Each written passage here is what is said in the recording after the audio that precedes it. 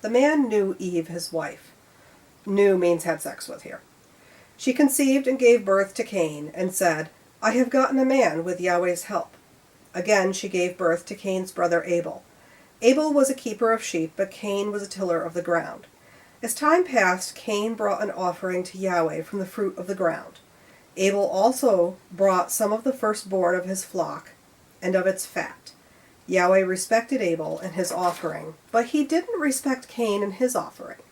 Cain was very angry, and the expression on his face fell. Yahweh said to Cain, Why are you angry? Why has the expression of your face fallen? If you do well, won't it be lifted up? If you don't do well, sin crouches at the door. Its desire is for you, but you are to rule over it. Cain said to Abel, his brother, Let's go into the field. While they were in the field, Cain rose up against Abel, his brother, and killed him. Yahweh said to Cain, Where is Abel, your brother? He said, I don't know. Am I my brother's keeper? Yahweh said, What have you done? The voice of your brother's blood cries to me from the ground. Now you are cursed because of the ground, which has opened its mouth to receive your brother's blood from your hand. From now on, when you till the ground, it won't yield its strength to you. You will be a fugitive and a wanderer on the earth. Cain said to Yahweh, My punishment is greater than I can bear. Behold, you have driven me out today from the surface of the ground. I will be hidden from your face. I will be a fugitive and a wanderer in the earth. Whoever finds me will kill me. Yahweh said to him, Therefore, whoever slays Cain, vengeance will be taken on him sevenfold. Yahweh appointed a sign for Cain, so that anyone finding him would not strike him. Cain left Yahweh's presence and lived in the land of Nod, east of Eden. Cain knew his wife. She conceived and gave birth to Enoch. He built a city and named the city after his son Enoch. Irad was born to Enoch. Irad became the father of Mehujael. Mehujael became the father of Methushael. Methushael became the father of Lemioch. Lemioch took 2 wives. The name of the first one was Ada, and the second name was Zillah. Ada gave birth to Jabal, who was the father of those who dwell in tents, who have livestock. His brother's name was Jubal, who was the father of all who handle the harp and the pipe. Zillah also gave birth to Tubal-Cain, the forger of every cutting instrument of bronze and iron. Tubal-Cain's sister was Naamah. Lamech said to his wives, Ada and Zillah, hear my voice. You wives of Lamech, listen to my speech. For I have slain a man for wounding me, a young man for bruising me. If Cain will be avenged 7 times, truly Lamech 77 times. Adam knew his wife again. She gave birth to a son and named him Seth, saying, For God has given me another child instead of Abel, for Cain killed him. A son was also born to Seth, and he named him Enosh. At that time, men began to call on Yahweh's name. This is chapter 5. This is the book of the generations of Adam. In the day that God created man, he made him in God's likeness. He created them male and female, and blessed them. On the day they were created, he named them Adam. Adam lived 130 years, and became the father of a son in his own likeness, after his image, and named him Seth. The days of Adam after he became the father of Seth were 800 years, and he became the father of other sons and daughters. All the days that Adam lived were 930 years, then he died. Seth lived for 105 years, and then became the father of Enosh. Seth lived after he became the father of Enosh 807 years, and became the father of other sons and daughters. All of the days of Seth were 912 years, and then he died. Enosh lived 90 years, and became the father of Kenan. Enosh lived after... Gosh darn it. The begats, dudes. Enosh lived after he became the father of Kenan 815 years, and became the father of other sons and daughters. All of the days of Enosh were 905 years. Then he died. Kenan lived 70 years and became the father of Mahalalel. Kenan lived after he became the father of Mahalalel 840 years and became the father of other sons and daughters. And all the days of Kenan were 910 years, and then he died. Mahalalel lived 65 years, then became the father of Jared. Mahalalel lived after he became the father of Jared 830 years, and became the father of other sons and daughters. All the days of Mahalalel were 895 years, and then he died. Jared lived for 162 years, and then became the father of Enoch. Jared lived after he became the father of Enoch 800 years, and became the father of other sons and daughters. All the days of Jared were 962 years, and then he died.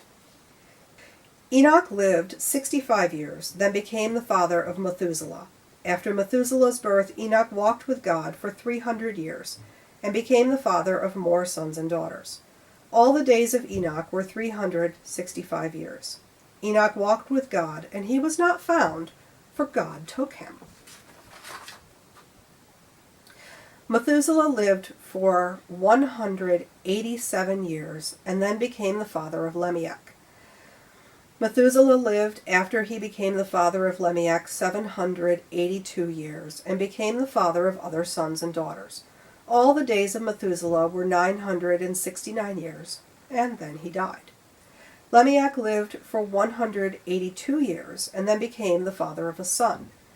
He named him Noah, saying, "This one will comfort us in our work, in the toil of our hands, caused by the ground which Yahweh has cursed." Lamech lived after he became the father of Noah 595 years, and became the father of other sons and daughters. All the days of Lamech were 777 years, and then he died. Noah was 500 years old. Then Noah became the father of Shem, Ham, and Japheth. That was Genesis chapters 4 and 5, the story of Cain and Abel and the generations of Adam, from the World English Bible, a free public domain translation of the Bible without which this study would not be possible. Hello, I'm Gail, and I want to thank you for joining me here today on the Secular Scriptures. If you just came for the reading and you don't want to stick around for the discussion, feel free to hop off to the next video. If you'd like to hear some analysis, you're welcome to stay. I'd like to remind everyone that this is a secular Bible study, and the discussion will follow that course. I am not a Bible scholar, I just love these stories. Comments are welcome, fighting is not. Different translations say different things, so please list the translation you're using if or when you quote a passage. No disparaging someone's preferred book, I like the NRSV. And keep it on topic. The topics today are Cain and Abel and the generations of Adam. Go grab your favorite beverage and let's talk about it. The history of the text. Story elements from the tale of Cain and Abel could have been written as early as the 9th to 8th century BCE, or as late as the Hellenistic period in the 4th century BCE. But due to similarities with some of the Babylonian myths, the most likely date is during the Babylonian exile in the 6th century BCE. Chapter 4, the story of Cain and Abel, is largely regarded to have been written by both the Yahwist and the priestly sources. The priestly source is generally considered to be responsible for the generations of Adam in chapter 5. As I just mentioned, it is likely that the story of Cain and Abel was written during the Babylonian exile or captivity. The Babylonian exile began in the year 597 BCE under King Nebuchadnezzar II, and ended when the Persians defeated the Neo-Babylonian Empire in 539 BCE, at which point the Jewish people were allowed to return to Jerusalem, though many opted to stay and establish Jewish communities that lasted in those regions up through the 20th century. The story is set in early human history, starting on the cusp of agriculture and herding lifestyles, with Cain building the first city. The earliest cities we know of in the region of the Fertile Crescent are Eridu from 500 or 5400 BCE and Uruk around 5000 BCE, both in present-day Iraq. The generations of Adam take us up through the Iron Age with Tubal-Cain, and that starts around 1200 BCE in that region. I want to note here that while we haven't gotten to the flood, the very real flood that the story is based on happened in this region in 2800 BCE, when the Euphrates flooded, leaving 8 feet of clay and silt behind. A catastrophic but regional event. It certainly would have seemed like the whole world to the people who experienced it. It's important to mention now because of the real-world timeline versus the biblical story timeline. Trotting ahead to the 1200s CE, our favorite archbishop, Stephen Langton, much like the division between chapters 1 and 2, chapters 4 and 5 have an odd break. While 4:25 and 26 fit with the prose narrative style of chapter 4, the subject of Seth's line fits much better with the rest of chapter 5. I can see where this break was a difficult decision. I would have put it in with chapter 5 in this group project, even though Jay wrote it. For literary analysis, we're going to start with our characters. There's a lot of them. God and Cain are the main characters. Eve and both of the Lemmiacs have speaking roles. While Enoch doesn't technically speak, we need to stick a pin in that one for later. In the order of appearance, we have Adam, then Eve, Cain, Abel, and God. Then we get Cain's wife, and then Cain's line. Enoch, Irad, Methusiel, Lemmiac, Ada, Zillah, Jabal, Jubal, Tubal-Cain, best name for a dog ever, Nama, and the young man who is killed by Lemmiac, who does not get a name. Skipping over to Seth and his descendants, we have Seth, Enosh, Kenan, Mahalalel, Jared, Enoch, there's another Enoch, Methuselah, Lemmiac, he's the second Lemmiac, Noah, Shem, Ham, and Japheth. And then we have the unnamed sons and daughters of each. The setting is early civilization in the Fertile Crescent, probably Iraq, between about 5000 and 1000 BCE-ish. The story is told from the point of view of a narrator who follows and recounts the descendants of Adam and Eve, with small details occasionally mentioned. Plot summary! In chapter 4, Adam and Eve have Cain and Abel. Cain is a farmer and Abel is a herdsman, and they both sacrifice the fruit of their labor to God. God accepts Abel's firstborn lambs but rejects Cain's fruit of the ground, and Cain gets mad. God tells him to control his emotions and do well, that's the most important part. Cain does not, and instead he lures his brother to a field and kills him. God finds out and curses Cain by taking away his ability to farm and makes him wander the earth. Cain cries, God takes pity and puts a mark on him to protect his life, or whoever takes it will face sevenfold vengeance. Cain moves away from God to the land of Nod, a play on words meaning to wander, and has children with his wife. He builds a city, and his 3 times great-grandson has 4 children by 2 wives, and then kills a man, and depending on the interpretation, either brags or laments about it. The sons are the archetypes for herding, music, and forging weapons. Unfortunately, we don't learn what daughter Nama does. Chapter 5 recounts the line of Seth and the number of years each patriarch lives. Adam and Eve have Seth, and then there are several generations before Enoch is taken by God, presumably to the Garden of Eden alive. Lamech has Noah, blesses him, and then Noah has 3 boys in this part of the story. The total span between Adam's creation and Noah's boys is 1,556 years, translations may vary, and 11 generations. Chapter 4 is told in the narrative prose style, and Chapter 5 uses repetitive language to recount the generations, going from names to births, ages, and then he died. Literary devices! You know, we have to have allegory. You can't have the Bible without allegory.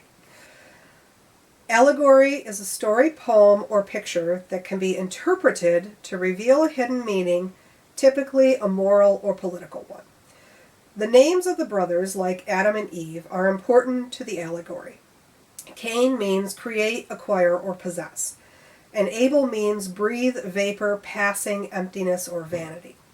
Seth means appointed, placed, set in place, and occasionally a substitution. Cain also represents the separation from a natural God and the land often experienced by city dwellers, or separation from family and society as experienced by criminals or outcasts. In his case, he had no choice. Being rejected from the land was his punishment for killing his brother. This may also be a dig at Babylon, which we'll talk about a little bit later. There are plenty of others, but that would take hours. Type some down in the comments below. An archetype is a typical example of a certain person or thing, an original that has been imitated, a recurrent symbol or motif in literature, art, or mythology. The characters presented here should be understood as archetypes, not as individual people. They are placeholders for early human roles in the Bronze and Iron Age societies: farmers, herdsmen, nomads, city dwellers, bards, and metalworkers, spiritual icons, and hope for the future. The struggle between Cain and Abel represents the struggle between settled farmers and nomadic herdsmen, which still goes on to this day. I want to note that it's important not to demonize actual people for their cultures and lifestyles. Mythology is not an excuse for treating people poorly. A maxim is a short, pithy statement expressing a general truth or rule of conduct. In Genesis 4:6-7, God instructs Cain, saying, "Why are you angry? Why has the expression of your face fallen? If you do well, won't it be lifted up? If you don't do well, sin crouches at the door." Zoomorphism. Its desire is for you, but you are to rule over it. To rephrase, Cain's sacrifice wasn't good enough, either in quality or intent, or it could have just been a matter of preference. God accepts grain offerings later on, so if this is a change in preference on his part, now Yahweh, eat your vegetables. Or if Cain didn't give his best, we don't know. But the most important part here is Cain's jealousy and how he allowed his anger to control and cause harm. The moral of the story is both to do better when you don't succeed and to control your emotions. In Chapter 5, we get some funky numbers, which are likely related to numerology and symbolism. The Great Ages also play on the idea of a lost, long lifespan and the desire for immortality. This is an etiology, which is later explained in Chapter 6, when God slowly limits the lifespan of humans to 120 years. Comparative mythology. While I hesitate to say scholars agree, scholars do largely agree that the story of Cain and Abel is heavily borrowed from the story of Enlil choosing the farmer god. Where this one gets really fun is that it's a riff, which uses repetition to highlight a main idea, but also explores different variations or angles on that idea versus being a copy. So here is the story of Emesh and Enten. Enlil chooses the farmer god, summarized from thesacredtext.com. So thank you to them. Enlil, the air god, decides to bring forth trees and grain and to establish abundance and prosperity in the land. For this purpose, two cultural beings, the brothers Emesh and Enten, are created, and Enlil assigns specific duties to each. The text is so badly damaged at this point that it's impossible to make out the exact nature of their duties. The following brief passage gives the general idea. Enten caused the ewe to give birth to the lamb, the goat to give birth to the kid. Cow and calf he caused to multiply, much fat and milk he caused to be produced.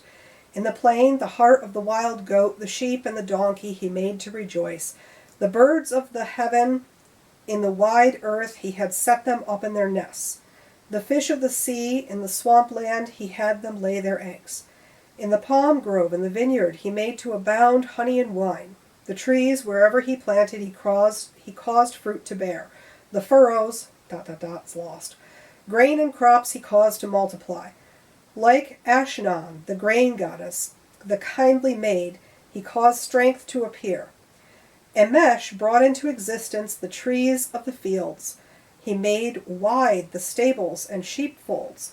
In the farms he multiplied the produce. He caused to cover the earth. The abundant harvest he caused to be brought into the houses. He caused the granaries to be heaped high. Whatever the nature of their original duties, a violent quarrel breaks out between the two brothers. Several arguments ensue, and finally Enmesh challenges Enten's claim to the position of farmer of the gods. They go to Nippur, where each states his case before Enlil.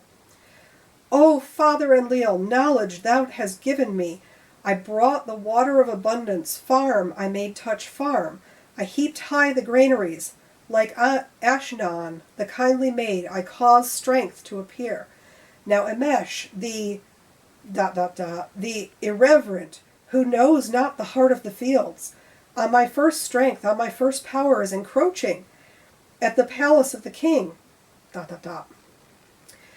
Enmesh's version of the quarrel, which begins with several flattering phrases cunningly directed to win Enlil's favor, is brief, but as yet unintelligible. And then Enlil answers Enmesh and Enten. The life-producing water of all the lands, Enten is the knower. As the farmer of the gods, he has produced everything.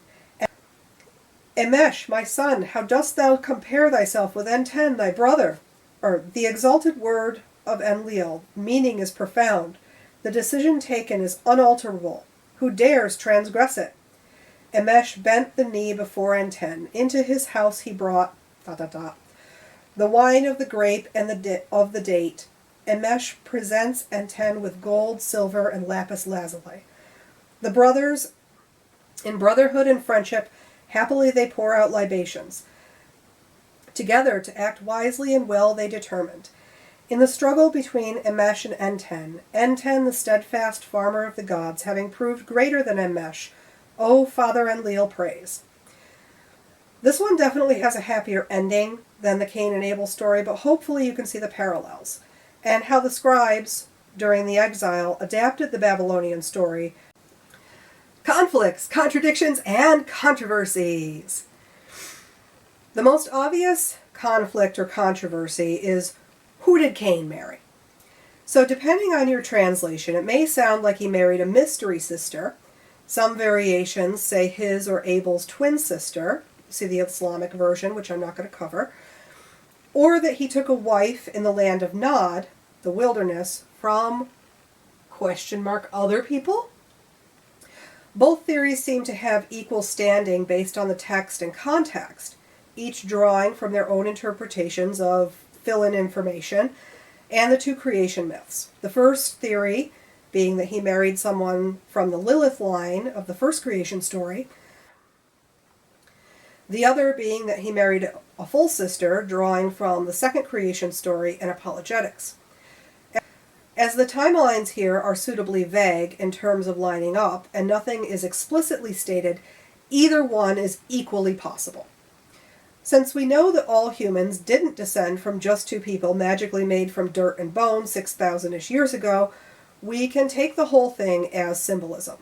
Going along that line of thought, if Cain didn't take his sister wife with him when he went to Nod, then he married out of the family group, thus putting himself farther in a symbolic distance between his line and Seth's line. Yet another sibling marriage? Stepping farther outside of the story into the real world, genetic studies of Neolithic and Bronze Age cultures in the Mediterranean regions do show some close kin intermarriage in isolated groups, though rarely brother-sister unions outside of a few royal households in Egypt. Cousin marriage doesn't seem to be as common here as it was in other areas of the Mediterranean at this time. See Mycenaean and Minoan cousin marriage customs. But it becomes very common in the Iron Age when this story was written. What we do know from extreme intermarriage in royal households and isolated family groups is that the closer the relationships are, and the more generations they go on, the more unhealthy the offspring become.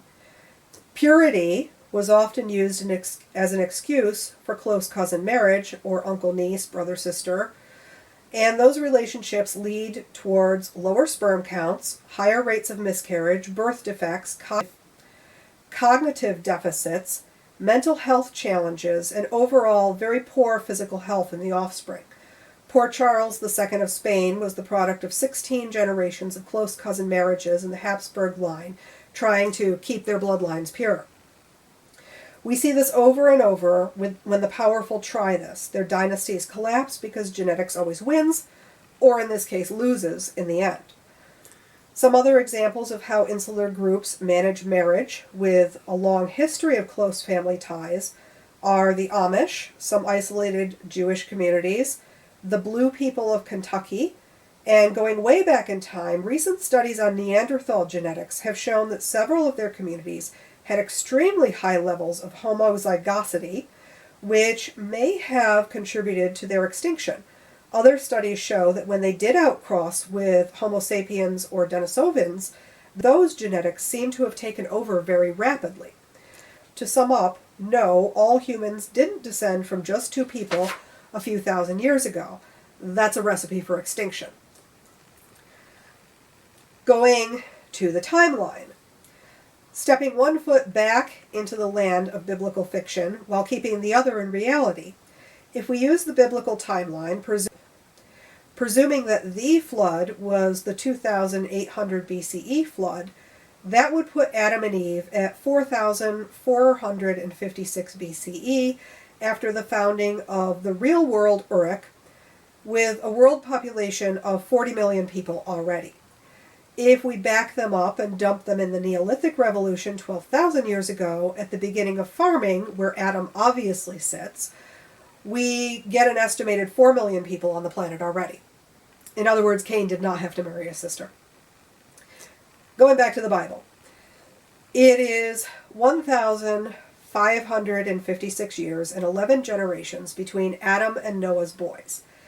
In regular human lifetimes, it would only take about 275 years for 11 generations to be born, give or take.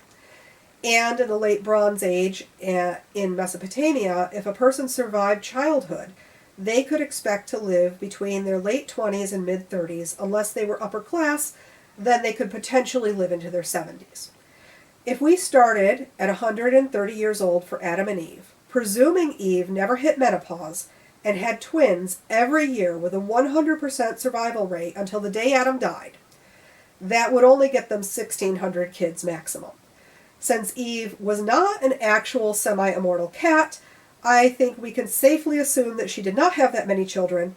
In other words, the math don't math in reality. However, I don't think that it matters where Cain got his wife, or how many children Adam and Eve had, as they are legends. Cain's wife can be as fictional as he is. It doesn't hurt the story one bit, nor does it hurt genetics. Though I do like to think that Cain took a Neanderthal as a bride just for giggles. This would also explain why his line died out. Yet another fanfic of mine. This may or may not be a contradiction. I don't see where it hurts the story, but I'll list it because it does come up. The names of the generations of Cain and Seth are similar. Biblical scholars have proposed several different theories about the names. The first one is that they are from two different sources, P and J, and the separate lines of Cain and Seth seek to unify that narrative. The second theory is that the similar names are a play on each other, one showing a righteous line and the other showing a wicked line. I'm not entirely convinced, as there doesn't seem to be a consistent theme in there in terms of the names' meanings. The third theory is that different oral traditions remember the names differently, and so in order to join those up, we circle back to number one with the two separate lines.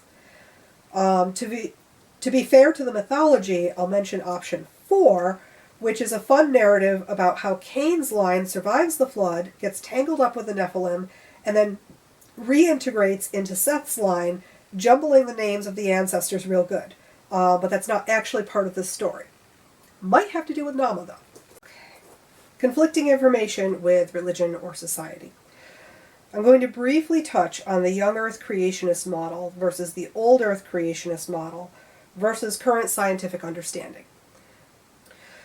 Young Earth creationism takes the generations of Adam literally and counts back 1,656 or whatever years from Adam to the flood, and then counts forward to present, give or take a few years here and there.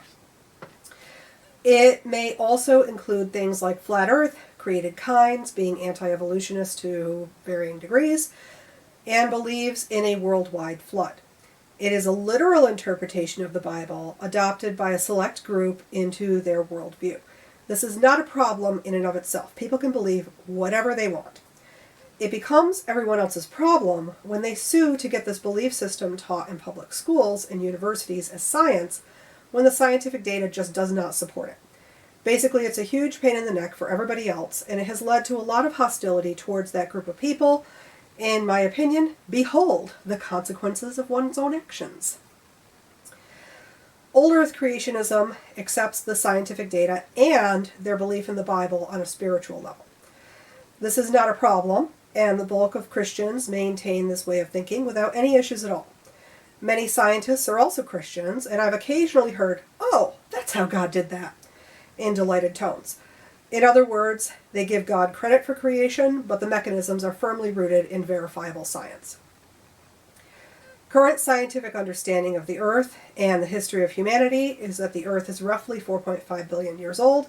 Fossil evidence for early life dates to 3.7 billion years ago. The genus Homo has been around for about 2.5 million years, having evolved from an ape ancestor. We are indeed great apes. Homo sapiens have been terrorizing other megafauna for about 200,000 to 300,000 years, and the Neolithic Revolution happened around 12,000 years ago. Early civilizations formed between 5,000 and 7,000 years ago. Humans are part of our environment, though we are exceptionally good at shaping it to our own needs. The scientific model specifically allows for new and more accurate information. Thus, like life, it is always evolving. No gods are necessary, though humans certainly enjoy those stories. Channel recommendations relating to our discussion. In direct relation to the above, I highly recommend Erica of Gutsick Gibbons' creationist debunking videos for a firm understanding of both what young Earth creationists believe and how science does not support that model. She has both single commentary videos and debates. Erica is a paleoprimatologist, I think that's right, meaning she studies Miocene apes. She is also a Christian and a very funny person.